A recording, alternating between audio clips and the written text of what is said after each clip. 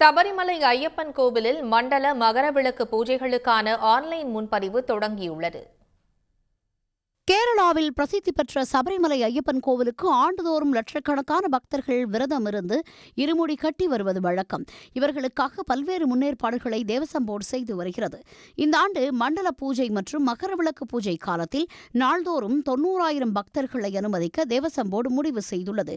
அவர்களில் 70,000 பேர் ஆன்லைன் மூலமும் 20,000 பேர் ஸ்பாட் புக்கிங் மூலமும் அனுமதிக்கப்பட உள்ளனர். முன்பதிவு செய்ய விரும்புவோர் sabarimala.kerala.gov.in என்ற இணையதளத்தை அணுக வேண்டும். அதில் தற்போது முன்பதிவு தொடங்கப்பட்டுள்ளது. மண்டல பூஜைக்காக வரும் 16ஆம் தேதி ஐயப்பன் கோவில் திறக்கப்பட்டு டிசம்பர் 27ஆம் தேதி நடை அடைக்கப்படுகிறது. மகரவிளக்கு பூஜையையொட்டி டிசம்பர் 30ஆம் தேதி மீண்டும் கோவில் நடை திறக்கப்படும்.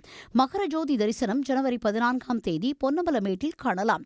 சபரிமலை சீசனில் பக்தர்களுக்கு வழங்குவதற்காக தற்போது 12 லட்சம் டின்கள் அரவண பாயசம் இருப்புள்ளதாகவும் வரும் 15ஆம் தேதிக்குள் 50 லட்சம் டின்கள் தயார் நிலையில் வைக்கப்படும் எனவும் தேவசம் போர்டு தெரிவித்துள்ளது. இதனிடையே சபரிமலை செல்லும் பக்தர்களின் வசதிக்காக தமிழ்நாடு அரசு விரைவு போக்குவரத்து கழகம் சிறப்பு பேருந்துகளை இயக்குகிறது.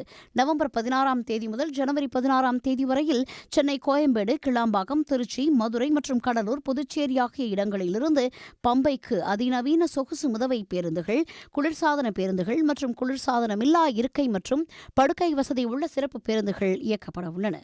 குழுவாக செல்லும் பக்தர்களுக்கு வாடகை அடிப்படையில் பேருந்து வசதி செய்து தரப்படும். உடனுக்குடன் செய்திகளை தெரிந்து கொள்ள சன் நியூஸ் பெல் ஐகானை கிளிக் பண்ணுங்க.